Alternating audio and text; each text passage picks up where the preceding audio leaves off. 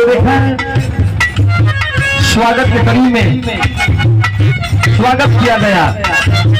परम सम्मानित आदरणीय हमारे मकरध्वज कवि जी के आप छोटे भैया छोटे अनुज, परम सम्मानित आदरणीय आप हमारे सुरेश शिक्षा जी, जिनका बहुत काफी दिनों से इंतजार था कि आप जब आएंगे तो बहु भोज में विवाह का कार्यक्रम रखा जाएगा।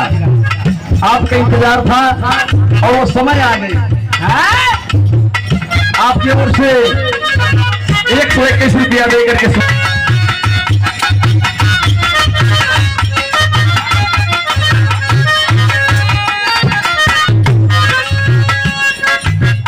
भैया हो तेल कटोरा में ले ले बा और बुकवा ले ले बा, ये जमाने में आ गई। लेकिन ये भैया क्यों विश्वावे वाला ना है। पति जौन बा की प्रदेश बा, दुलही तेल कटोरी में लेके बुकवा कटोरी में लेके सोचा था कि आखिरकार हम के लगाई। तीरन देखा भाई दुलही सुगत है, बड़ी समझदार दुलही बा कि हम लगाई बुकवा।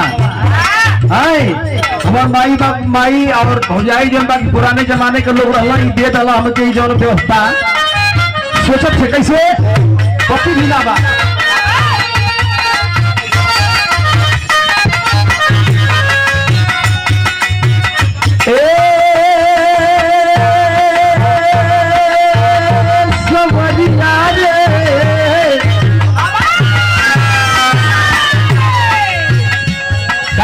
किया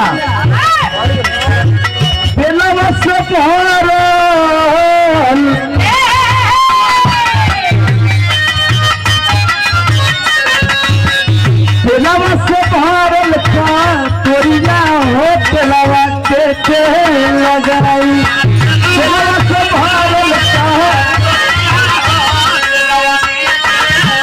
क्या बात है।